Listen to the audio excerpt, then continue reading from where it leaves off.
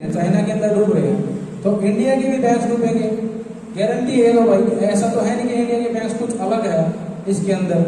जब भी पैसा छपता है पिछले 100 साल की हिस्ट्री में देखोगे तो ऐसा ही होता है, ठीक है। अगर अब मैं अगर थोड़ी प्रचार की अगर मैं बात करूँ ना आपसे, तो भाई आप जिस भी ग्रुप के अंदर होते हो ना, एक तो दूसरे लोगों के ग्रुप आप ज्वाइन किया करो। दूसरे जो ग्रुप है ना, दूसरे संगठनों के ग्रुप है, आरएसएस के ही सही है। एक साथी बता रहा था दिल्ली के अंदर, उसने आरएसएस के लोगों के साथ वो आरएसएस के जो ग्रुप थे उसको ज्वाइन किया और उसके बाद खुद का एक ग्रुप बना लिया। उसके अंदर 150, 200, 500 जितने लोगों को जो ऐड कर सकता था कर लिया उसने, और उसके अंदर ये वीडियो शेयर करनी शुरू करी ना, तो उसमें से मैक्सिमम लोग हमारे ट्रेनिंग के अंदर आने शुरू हो गए।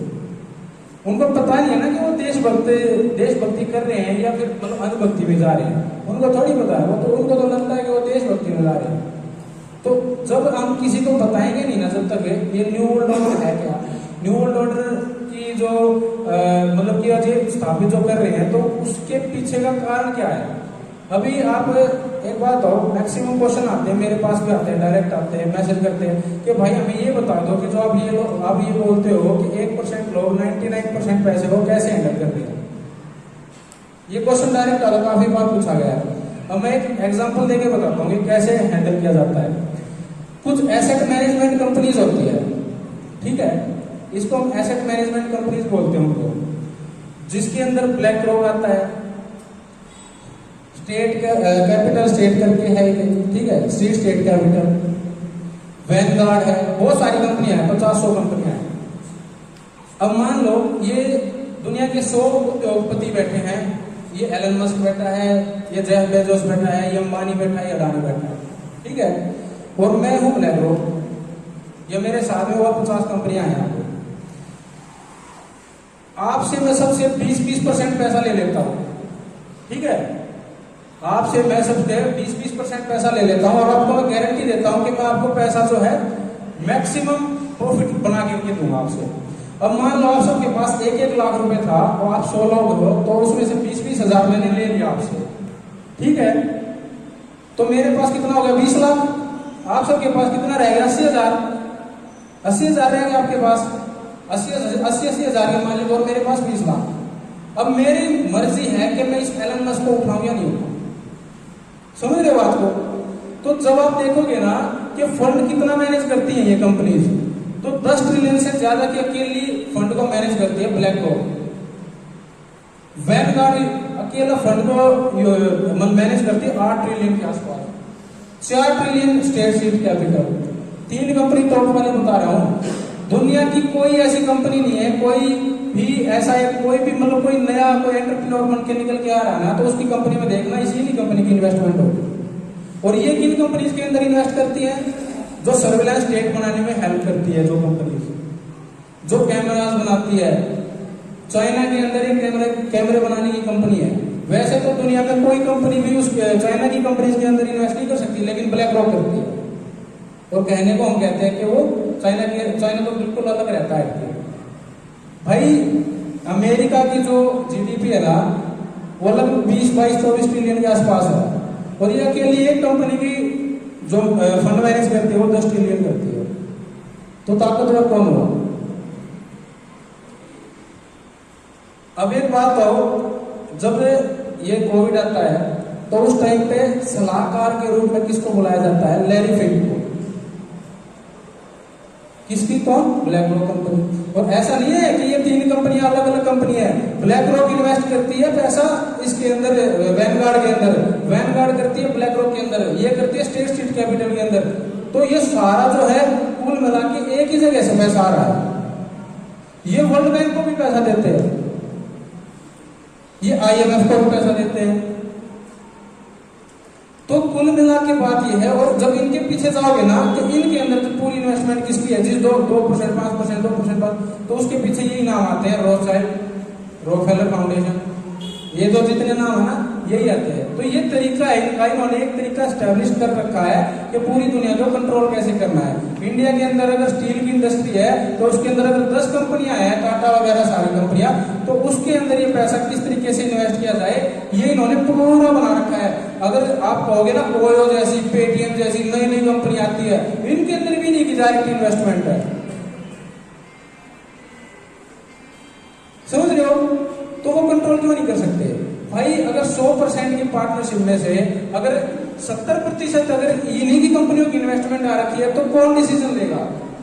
कौन ये डिसीजन लेगा कि मीडिया के अंदर, मीडिया हाउसेस के अंदर क्या न्यूज चलेगी और क्या न्यूज नहीं चलेगी? क्योंकि जो फॉक्स मीडिया, जितना भी मीडिया चल रहा है आज के दिन, वो सारे के अंदर इन्वेस्टमेंट इन्हीं कंपनीज की है। तो कंट्रोल तो यही कर रहे हैं ना। 2008 का जब बैंक का क्राइसिस आता है ना, उसके अंदर भी इन्हीं कंपनीज के सीईओज को बुलाया जाता है।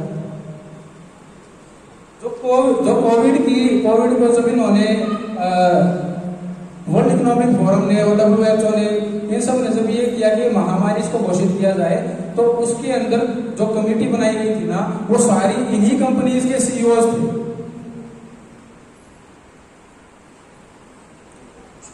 समझ रहे हो? पिक्चर कुछ क्लियर हो रही है कि भाई पीछे काम कैसे होता है। जब हम ये बोलते हैं ना कि भाई ये कंट्रोल कर रहे हैं पूरे वर्ल्ड को, ये नमक से लेकर के हवाई जहाज तक को हर चीज को कंट्रोल कर रहे हैं, तो पीछे का ये सिनेरियो है कि किस तरह से ये कुछ परसेंट, 1% से भी कम लोग जो है पूरी दुनिया की कंपनीज को कैसे कंट्रोल करते हैं। पूरा इसकी प्रेजेंटेशन बना रखी है कि किस कंपनी ने किस में कितना इन्वेस्ट कर रखा है, किस तरह से। वो सेकंड लेवल की जब ट्रेनिंग होगी आपकी, तो उसके अंदर भी दिखाएंगे आपको कि किस कंपनी ने किस तरह से कैसे इन्वेस्ट करके। इंडिया की एक भी कंपनी ऐसी नहीं है जिसके अंदर उन कंपनीज की इन्वेस्टमेंट नहीं है। आज अगर भारत की जीडीपी अगर आप पूछते हो ना कि भाई भारत की जीडीपी को कैसे कैलकुलेट किया जाए, तो भाई अगर उनकी इन्वेस्टमेंट निकाल दो ना अपनी कंपनीज के अंदर से, तो कुछ नहीं बचना।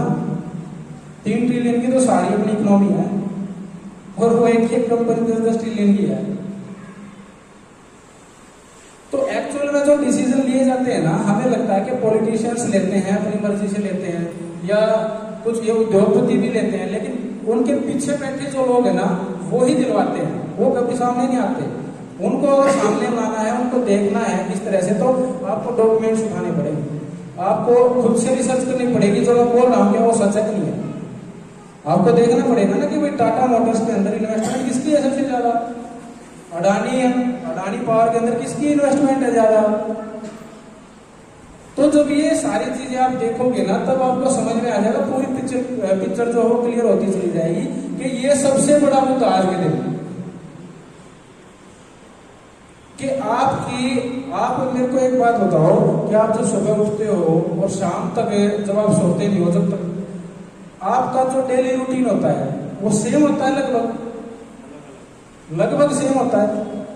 99% लोगों का सेम होता है। हमारा खाने का स्टाइल भी सेम होता है, हमारा कपड़े पहनने का स्टाइल भी सेम होता है, हमारा नहाने का स्टाइल भी सेम होता है, हमारा लगभग टाइमिंग वही होती है। तो इसको पूरे को अगर उनको कंट्रोल करना है ना, तो उनको ये पता होना चाहिए ना कि आप किस बीमारी के मरीज हो, आपके घर में क्या खाना बनता है, क्या नहीं बनता है। तो ये सारी चीजें कंट्रोल कैसे होंगी? एक तो सर्विलेंस स्टेट बना करके, कैमरास बना करके आप कितनी दूर जा रहे हो, कितनी दूर नहीं जा रहे हो। उसके बाद आपके घर में कैमरास लगा करके, ये जो मोबाइल है ये आपके घर में रख करके, तो ये सारी चीजें आपको कंट्रोल करने के लिए ही आपके बीच में आई है। ये बन चुकी थी बहुत पहले। जब इनके आप देखोगे ना कि ये रजिस्टर्ड कब हुए हैं, तो ये बहुत पहले बन चुकी थी, लेकिन हमारे बीच में अभी आई, बाद में आई, काफी टाइम के बाद जब इनकी पूरी रिसर्च हो जाती है कि हाँ अब ये डिवाइस कंट्रोल करने के लिए कामयाब हो चुका है। प्रचार करना आज के टाइम पे बहुत इजी है, अगर हमारे पास इनका बनाया हुआ ये पैसा है तो देखा जाए तो प्रचार करना बहुत इजी है। मैं बताऊं, जब काफी जो दिल्ली के अंदर भी है, काफी जो MLA हैं, ठीक है, या पार्षद है, तो हमने उनका इलेक्शन मैनेजमेंट के अंदर जो ऑनलाइन का जो काम होता है ना, वो किया है। वो हमने जब किया था तो वो तो पैसा फेंकते हैं भाई, इतना हमारा एड्स चला दो, हमारे ये कर दो, हमारे वो कर दो। तो भाई जब हमने देखा था ना कि उसकी वजह से कितना बेनिफिट मिल रहा है हमको, मतलब कि एक ही न्यूज बार बार में जाकर के जब हमें सिर्फ इस एरिया के अंदर कि भाई सिर्फ जो है ना अंबाला के अंदर सिर्फ अंबाला की भी इन कॉलोनीज के अंदर हम ये न्यूज चलाएंगे, ठीक है, तो वो एक तरीके से माइंड प्रोग्रामिंग ही होती है, वो हमने की है, वो पता है इसलिए। लेकिन यहाँ पर तो हमारे पास पैसा नहीं है। अगर हम ये रियल चीज हम किसी के सामने रखे कि भाई ये न्यू वर्ल्ड ऑर्डर है और ये चीज ऐसी है, अगर हम इसको डेली बताएं डेली लोगों के सामने ये न्यूज जाए तो आसान है, बहुत आसान है पहुंचाना। लेकिन क्या होगा, इसके सामने अगर हमारे पास पैसा आ भी जाए ना, पहली बात तो आना नहीं कहीं से, क्योंकि हम तो ये जो मीटिंग्स भी हो रही है, सब कुछ हो रही है, तो एक दूसरे के साथ इतना जो होता है वो कर लेते हैं। लेकिन अगर आ भी जाए ना, तब भी प्लेटफॉर्म तो इन्हीं के हैं, फेसबुक पे चलाओगे, यूट्यूब पे चलाओगे, वो चलाने नहीं देंगे, वो अगले दिन ब्लॉक कर देंगे। तो इसलिए हमें अपनी जो टीम बनानी होगी ना भाई प्रचार के लिए, वो सबसे इम्पोर्टेंट है। हालांकि आज के दिन बहुत बढ़िया लेवल पे काम चल रहा है, कोई भी इवेंट आता है अपना, कुछ भी होता है तो उसके अंदर बहुत बढ़िया तरीके से काम बढ़िया तरीके से निपटता है और मैक्सिमम लोगों तक हमारे बीच जा भी रही है, और इसलिए शायद ये ट्रेनिंग सक्सेसफुल होती जा रही है। लेकिन इसमें ज्यादा लोगों की जरूरत है। अगर कोई साथी इसमें टेक्निकल बैठा है यहाँ पे, या आपके लिंक में कोई साथी ऐसे है जो इंटरेस्टेड रहेंगे, तो उनको आप नेक्स्ट स्टेज में बुलाइए। अगर वो इस विचार से सहमत होते हैं तो क्या बताओ, वो हमारे साथ मिलकर के उस तरह से भाई देखो, सहयोग करने का अलग अलग तरीका होता है ना। कोई टीचर है तो वो आपके सारे बच्चों को पढ़ा सकता है, देखा जाए तो। हमें अगर मैं एक्सपेरिमेंट कह सकते हो इसको, क्योंकि वैसे तो जो स्कूल खोलने की बात चल रही थी ये 2026 में खुलेगा, उससे पहले क्यों ना 3 महीने का ट्रायल क्यों लिया जाए। क्योंकि जैसे देवेंद्र भाई को तो टाइम अभी नहीं लगता है, अगर आशीष भाई है और भी काफी सारे टीचर्स हैं, तो एक 3 महीने के लिए अपने जो JSM के साथी हैं जो दिन रात लगे पड़े हैं, उन सारे बच्चों को, क्योंकि आशीष भाई का मैंने देखा है, वो 3 महीने में 5वीं 7वीं तक का सिलेबस करवा देते हैं। 5 साल के बच्चे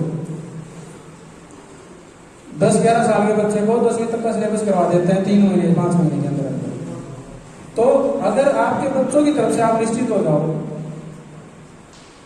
तो कोई समस्या थोड़ी है उसके बाद, देखा जाए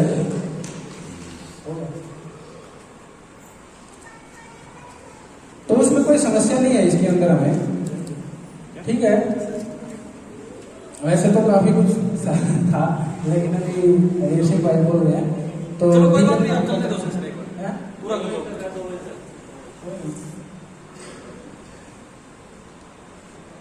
2 बजे तक हो जाएगा भाई, अब तो करने का 2 बजे तक करना। और बाकी अगर खाना चल ला सकते हो, पूछ लो ना इनसे। कुलदीप भाई आप एक बार पूछ लो जैसे करते हैं।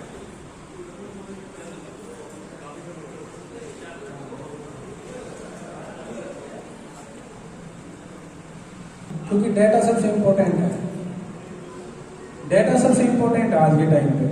अगर आपके पास डाटा है ना, सोच के देखो कि अगर जब हम इलेक्शन मैनेज करते हैं ना, तो उसके अंदर क्या होता है कि आपको पूरी कॉन्स्टिट्यूएंसी का डाटा चाहिए, है ना। हर घर के अंदर कितने बच्चे हैं, कितने लोग हैं, कैसे क्या है, तो कितना टफ होता है ये चीजें कलेक्ट करना। जबकि जब हमने वहां पे किया था, ठीक है, तो उसके अंदर बहुत इजी होता है कि भाई हमें बिजली विभाग में गए और मिल गया, है ना। होता ना उनके पास सारा एक सारा डाटा होता उनके पास। आपके घर पे बिजली का बिल कितना आ रहा है, आपके घर में एसी कितने है, उससे पता चल जाता है ना। तो आपकी जेब की हालत क्या है, तो उनको पॉलिटिशियंस को कितना पैसा फेंकना है किस एरिया के अंदर पता चल जाता है, अंदाजा हो जाता है ना हर चीज से। कॉलोनीज के अंदर कितना पैसा डालना है, गांव के अंदर कितना लगाना है, इस एरिया के अंदर इतने घर हैं तो इसके अंदर कैसे करना है। तो सारा खेल डाटा का है, चाहे वो पॉलिटिक्स का लगा लो चाहे बिजनेस का लगा लो, समझ रहे हो। अगर हमारे पास डाटा है और हमारे पास ये नॉलेज है कि हम लोगों तक पहुंचा भी सकते हैं नॉलेज को, हमारे पास जो समझ में आती है कि भाई ये मुद्दे हैं और एक्चुअल में जेन्युइन मुद्दे हैं, हमारे बच्चों से रिलेटेड मुद्दे हैं, सब कुछ इसी में है, और हमें पता भी है कैसे पहुंचाना है। अगर उसमें बीच में अगर आ रही है कोई बात, तो वो आ रही है सिर्फ लोगों को, तो ज्यादा से ज्यादा अगर हम लोगों तक पहुंचेंगे तो ये सारी नॉलेज सारी इंफॉर्मेशन हम लोगों तक पहुंचा पाएंगे, उतनी जल्दी हम अपना स्कूल खोल पाएंगे, और उस स्कूल के अंदर क्या होगा कि ये हिसाब किताब ज्ञान नहीं होगा। मैं आपको बताऊं भाई, मैं बचपन में ना, मैं मतलब दूसरी तीसरी क्लास में था, दूसरी तीसरी क्लास में होली का ऐसे लिख दिया भाई, होली का ऐसे लिख दिया। तो मैंने लिख दिया उसमें कि भाई हमें इस दिन सुबह उठते हैं, भाभी को भेजते हैं, ठीक है, पानी डालते हैं, वो हमें मारती है, ये करती है, और भाई शाम तक हमने सब्जी बनाई, ये कर दिया, वो कर दिया। तो मैंने जो नेचुरली देखा 6-7 साल का बच्चा जो देखता है उसने वो लिख दिया, सिंपल सी बात है भाई। लेकिन उस पर क्या है कि मेरे को अभी तक इसलिए याद है कि वो फर्स्ट टाइम था कि जब उस पर पूरी पे कट्टा मार दिया, समझ रहे हो? तो इसका मतलब ये था कि मेरे को बोला कि जो तेरे में लिखा है ना इसमें, उसको याद करके आ। इसका मतलब ये है कि मेरे को रट्टा मार के आना था घर से। मैं तो वो लिख रहा था जो मेरा कल्चर था, जो मेरे घर के अंदर हो रहा था, वो मैं लिखता, वो मैं ज्यादा अच्छे से लिख पा रहा था। लेकिन मेरे को रट्टा मार के आने के लिए बोला, भाई ये पूजा करते हैं, हम ये करते हैं, हम ऐसे करते हैं, वैसे करते हैं, बिल्कुल 9 से 1 से लेके 10 तक। आप खुद बताओ, आप अपने बच्चों को जब स्कूल में भेज रहे हो तो उसको रट्टेबाज बना रहे हो या क्या बना रहे हो? वो अपनी मर्जी से उठ तक नहीं सकता, बैठ तक नहीं सकता, सिट डाउन हो रहा है ऐसे ही।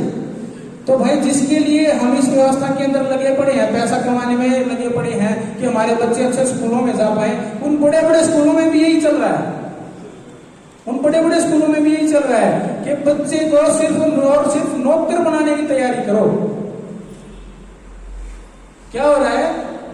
सरकारी स्कूल में जो बच्चे पढ़ते हैं उनके पेरेंट्स, उनके टीचर बोलते हैं कि पढ़ ले भाई, सरकारी नौकरी लग जाएगा।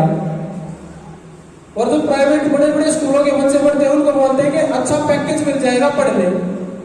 अल्टीमेटली बना तो नौकरी रहे हैं,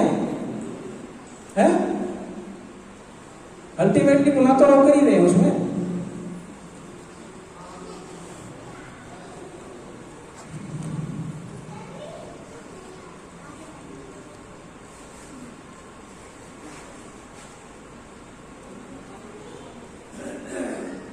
तो आप लोगों को हर टॉपिक पे समझना होगा, एवं झंडे पकड़ के खड़ा नहीं होना है, ना किसी संगठन का, ना किसी पार्टी का, ना कुछ भी।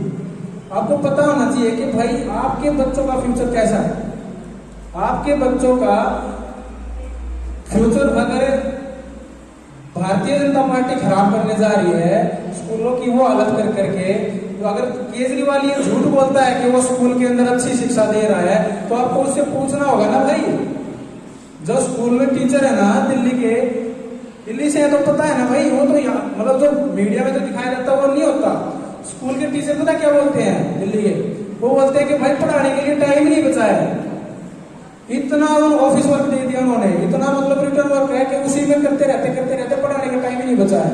सिर्फ ये है पीछे से कि नंबर कम नहीं आने चाहिए बच्चों के। भाई टीचर है ना खुद उनके बच्चों के पेपर पूरे कर करके नंबर देते हैं, ऊपर से प्रेशर ये है उनके ऊपर कि नंबर कम नहीं आने चाहिए। तो जो दिखता है ना वो होता नहीं है। और जो ये दिल्ली के स्कूल्स को इस तरह से बनाया जा रहा है ना, वो एक्चुअल में जो रोबोट्स आने वाले ना, जो टीचर रोबोट्स आने वाले, उनके लिए वो इस तरीके से बनाया जा रहा है। राजस्थान में देखा होगा ना आपने, रोबोट है टीचर, वो दिल्ली के स्कूलों को उस तर्ज पे तैयार किया जा रहा है। अल्टीमेटली टीचर की जॉब तो खत्म हो ही चुकी है। एआई रोबोट्स यही आने वाला फ्यूचर है। एआई फ्रेंड है, आपके मोबाइल एप्लीकेशन, आपके प्ले स्टोर पे चेक कीजिए, एआई फ्रेंड के नाम से बहुत सारी एप्लीकेशन आ चुकी है। पता है क्या उसके अंदर? जब उसको ओपन करोगे ना तो आप अपनी मर्जी से, आप लड़का हो तो लड़की की कैसी भी एक एआई फ्रेंड बना सकते हो उसमें। उसका चेहरा कैसा होगा, उसके बाल कैसे होंगे, उसकी आवाज कैसी होगी, वो किस तरह के इमोशन से आपसे बात करेगा सामने से, वो एआई अवतार। और करोड़ों बच्चे हमारे 18 से 24 साल के बीच में करोड़ों बच्चे इसको इंस्टॉल कर चुके हैं इंडिया के अंदर। पेरेंट्स को नहीं पता, उनके फोन में ये आ चुका है। मतलब कि दिमागी हालत उनकी कैसे होने वाली है, सोच के देखो। ये जो चल रहा है ना कल्चर के, भाई लड़का लड़के से शादी कर सकता है, लड़की लड़की से, ये इससे भी नेक्स्ट लेवल जाने वाला है। अभी सिर्फ और सिर्फ ये रोबोट्स वाला सिस्टम चलने वाला है।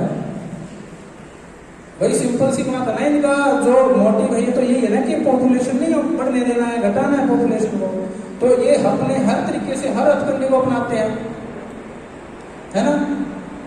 ये हर हथकंडे को अपनाते हैं कि पॉपुलेशन को कैसे कंट्रोल किया जाए, चाहे वो आईवीएफ से कंट्रोल करके किया जा रहा है, चाहे वो वैक्सीन के जरिए किया जा रहा है, चाहे वो किसी भी तरीके से हमारे खाने में एक तरीके से पॉइजन ही मिला रहे हैं, स्लो पॉइजन ही मिला रहे हैं।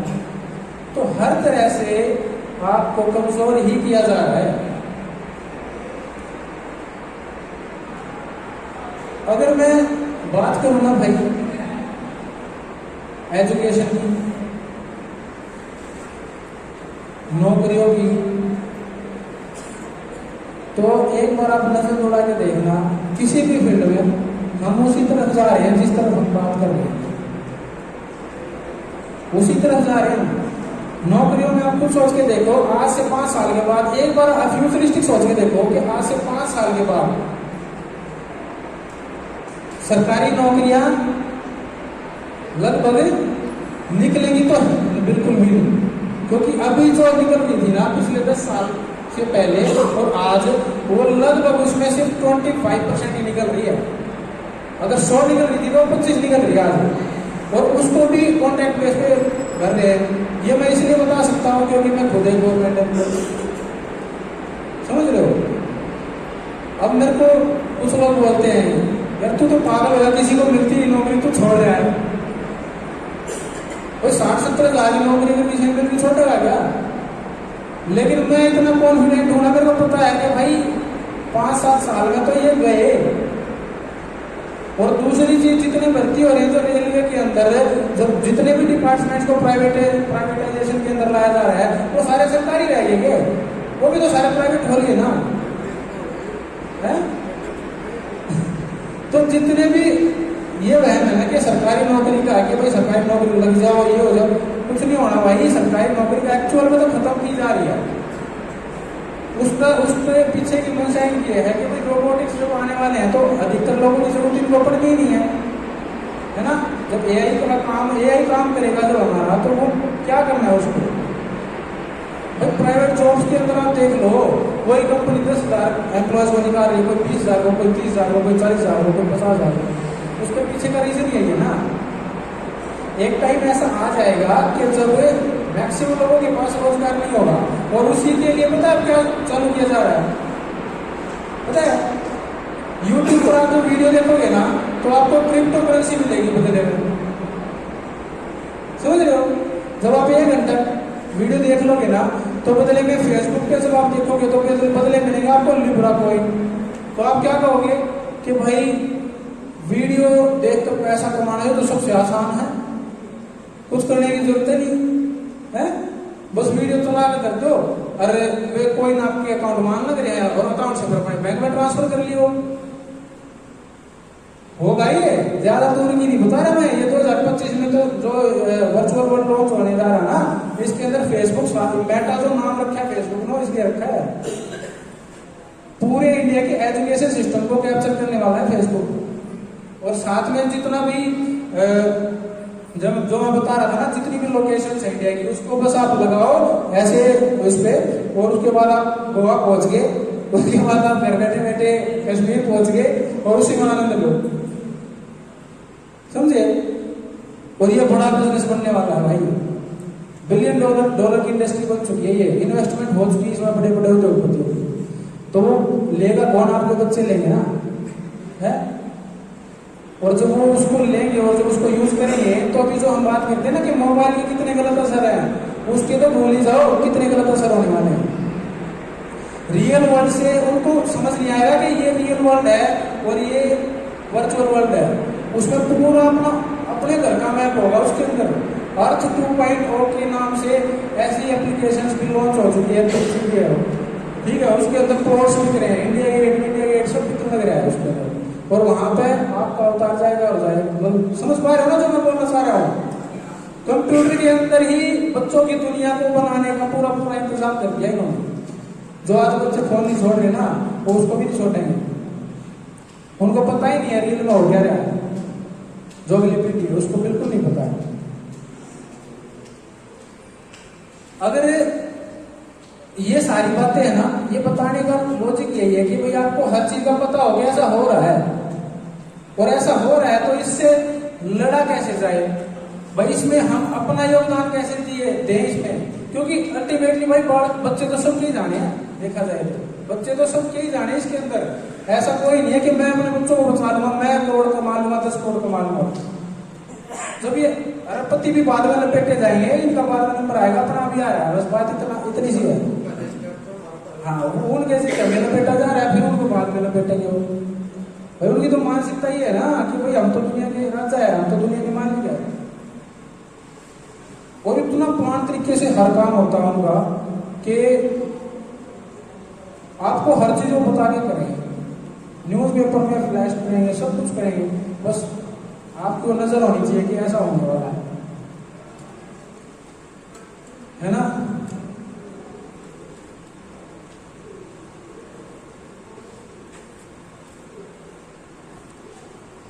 देखो, अगर मैं आपको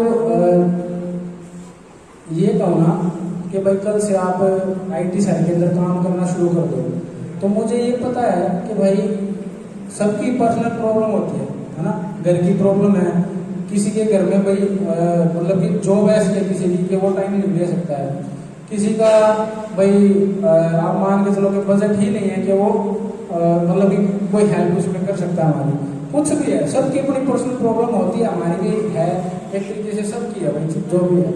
लेकिन मैं फिर भी आपसे ये बात कहूँगा कि भाई है ना, चाहे आप थोड़ा टाइम दो, अगर आपको कोई टेक्निकल नॉलेज नहीं है ना, तो आप कुछ मत करो, आप सिर्फ जो ग्रुप के अंदर वीडियो आ जाए ना, अपना एक यूट्यूब चैनल बनाओ, अपना एक फेसबुक पेज बनाओ, और जो ग्रुप में आए वीडियो उसको अपलोड कर दो। जब 50 जगह से, 100 जगह से, 500 जगह से, 5000 जगह से, 5 लाख जगह से अगर कोई वीडियो अपलोड हो रही है ना, सिर्फ इतना करने से, तो वो मतलब कि आप समझ नहीं सकते उसकी ताकत जिसमें हमारा एक पैसा नहीं खर्च हो रहा, ये लोगों की ताकत है बस। और किस के कितने अकाउंट ब्लॉक करेंगे, कितने अकाउंट ब्लॉक कर लेंगे, एक करेंगे दूसरा बना लो। अल्टीमेटली लोग तो जुड़ रहे हैं ना वहां से, अभी भी यही हो रहा है, अभी भी लोग जुड़ रहे हैं, अभी भी लोग उसको अपलोड कर रहे हैं वीडियोस को। तो क्या है ना कि हमें लगता है कि यार हमसे क्या होगा, आईटी सेल पता नहीं क्या है, आईटी सेल तो नाम ही ऐसा हो गया भाई, ये फुल फॉर्म पढ़ने लगता है, इंफॉर्मेशन टेक्नोलॉजी, इतनी आने में कोई छोड़ दो, इसमें केस होता है ना, कुछ नहीं होता, बस इतना है कि हमें ज्यादा से ज्यादा लोगों तक इंफॉर्मेशन भेजनी है।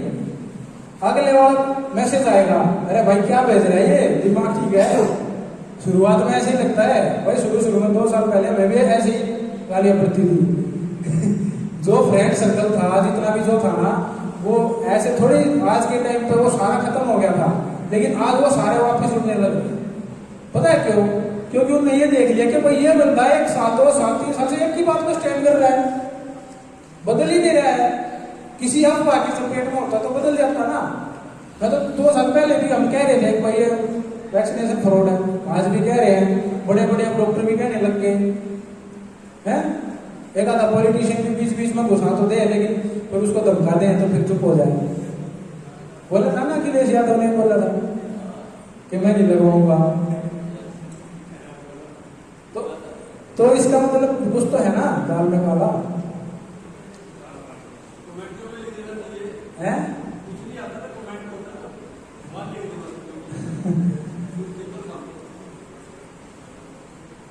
बहुत सारी चीजें हैं कि हमें लगता है हम कर नहीं सकते हैं, ठीक है, लेकिन अगर आपका थोड़ा सा, अगर 15 मिनट 10 मिनट आधा घंटा अगर आप इस चीज के अंदर डेली के अंदर दे दोगे ना, डेली तो उसमें आपको खुद नहीं पता है कि आप कितने लोगों को जोड़ दोगे। और जब ये हमारी संख्या जितनी तेजी से बढ़ती जाएगी ना, उनको सिर्फ संख्या से ही डर लगता है, वो किसी चीज से नहीं लगता। भाई मैं भी 2-3 दिन पहले अभी है ना, 2 दिन भिवानी और साइड रुक के आया, ठीक है, मैं वहां पे देख कर ये चीज मतलब दंग रह गया कि जो मेरे बचपन में जो माहौल था ना मेरे गांव में, दिल्ली में, वो आज वहां पे है भिवानी। वहां पे अभी पड़ोसी के घर जा रहा है, आ रहे हैं, जो बुजुर्गों की जो एक रिस्पेक्ट है वो हो रही है। लेकिन जैसे जैसे ये आगे बढ़ता जा रहा है शहरीकरण, वैसे वैसे सारी चीजें खत्म होती जा रही है। हमें अब ना अपने भाई को भरोसा हो रहा है ना पड़ोसी को भरोसा हो रहा है। तो ऐसा नहीं है कि अभी पूरा समाज को इन्होंने कंट्रोल कर लिया है, अभी बचा हुआ है थोड़ा बहुत, और उस बचे हुए को ज्यादा आसान है समझना। जनता सरकार मोर्चा के साथियों के साथ जुड़ने के बाद मैं आपको सच बताऊं भाई कैसा लगता है? क्योंकि अपना तो वहां दिल्ली वाला था भाई, दिल्ली में तो मैक्सिमम चीज ऐसे हो चुकी है डमाडोल, लेकिन यहाँ पर जुड़ने के बाद ऐसा लगता है जैसे वाक्य में ये घर वाले आंख बंद करके विश्वास कर सके। समझ रहे हो? आंख बंद करके विश्वास कर सकते हैं, चाहे हमें एक दूसरे से कोई लेन देन करना हो, हमें कुछ भी करना हो। लेकिन बहुत सारे ऐसे भी आए हमारे बीच में जो बेकार टाइप से भी थे, जो फायदा उठाने के चक्कर में जो सोच रहे थे ये भी एक पॉलिटिकल पार्टी की तरह आएगी, ये भी सब कुछ उसी तरीके से आएगा, जिनको लगता था कि ये भी एक राजनीतिक दल बन करके उभरेगा और उसमें तुम भी अपने मजे करियो, वो धीरे धीरे साइड में होते चले गए। या जिसको पैसा कमाना था, है ना, ये आवेदन के नाम पे बहुत सारा आपने भी देखा होगा, आवेदन के नाम पे बहुत सारे ठग बीच में घुस गए थे। लेकिन क्या है कि वो धीरे धीरे अपने आप निकल जाते हैं।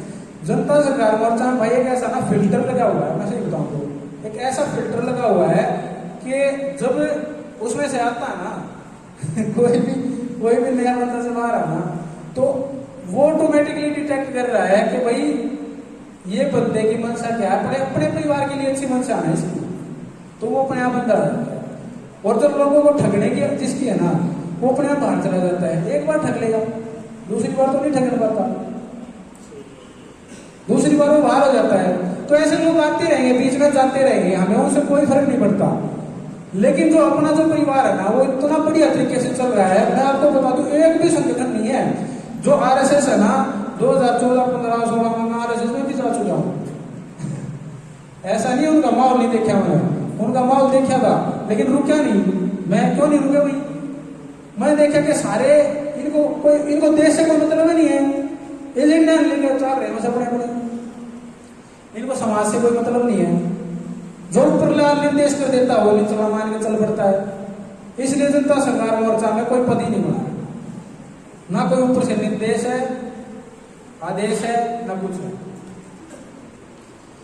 तो विचारधारा ना, अगर मैं क्वेश्चन बार बार उठता है कि भाई जनता सरकार मोर्चा में भाई क्यों बनाया गया जनता सरकार मोर्चा?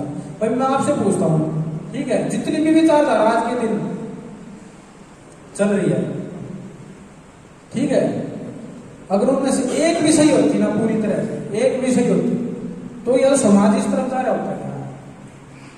अगर पूरी तरह से एक भी विचारधारा सही होती, इसका मतलब बहुत सारी कमियां हैं, बहुत सारी कमियां हैं हर विचारधारा के अंदर। तो वो जो सारी विचारधाराओं के अंदर जो बढ़िया बढ़िया चीज है, अगर उसको समेट ले हम और जो कमियां उसको निकाल दें, तो बन जाएगी बात, है कि नहीं? इसलिए हमने इस जनता सरकार मोर्चा को भाई किसी के नाम पर रजिस्टर नहीं, किसी के व्यक्ति आधार नहीं है जनता सरकार मोर्चा में कोई भी, ठीक है। हाँ, तो जितने भी बड़ी अपने अपने साथी, जो नए भी साथी जो निकल के आ रहे हैं, वो अगर अपने विचार लेकर के आ रहे हैं ना, बढ़िया विचार, सारे उसका स्वागत कर रहे हैं, अपने परिवार की तरह उसको शामिल कर लेते हैं, है ना। मेरा व्यक्ति का मतलब यही है कि हर संगठन में जाओगे तो वहां पर व्यक्तिवाद ही चलता है, या फिर उनकी एक विचारधारा ऐसी चलती है ना, कि भाई उसको उस पर तो खड़े हो गए, उस पर ना ही गान जाओ। और जबकि समाज में तो आप जिस हिसाब का समाज होगा उस हिसाब से चलोगे, है ना। जिस तरीके से चेंज करने की जरूरत पड़ेगी, चेंज भी करना पड़ेगा, खुद को भी बदलना पड़ेगा, सब कुछ करना पड़ेगा। अभी जो है टाइम काफी लग रहा है, 5 मिनट बच गया वैसे तो हो गया, चलो ठीक है। आज फिर अभी ये सेशन खत्म करते हैं, इससे जो अगला सेशन होगा ना, वो अभी 2:30 बजे शुरू होगा, ठीक है। और IT सेल से रिलेटेड भाई जिस भी भाई को जो भी सवाल हो, अगर उसको ये लगता है कि वो नहीं कर सकता, ठीक है मेरे से ये नहीं होगा, तो अब मैं गारंटी दे रहा हूँ कुछ ना कुछ हेल्प जरूर करोगे। समझ रहे हो बात को? क्योंकि शेयर करना भी बहुत बड़ी बात है।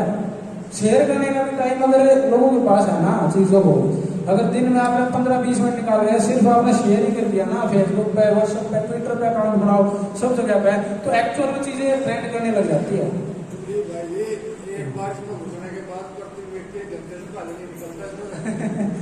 तो 1 घंटे में से मैं तो बोल रहा हूँ सिर्फ 15 से 20 मिनट अगर आप इसमें दे देते हो जनता सरकार मोर्चा के मुद्दों को लोगों तक पहुंचाने के लिए, तो वो बड़ी बात है क्या? जो अगर कोई टेक्निकल हेल्प चाहिए हो तो हमसे ले सकते हो, है ना, उसमें कोई इशू है ही नहीं। ठीक है, तो अभी सेशन को यहीं पे हम रोकते हैं, आप खाना खाएंगे।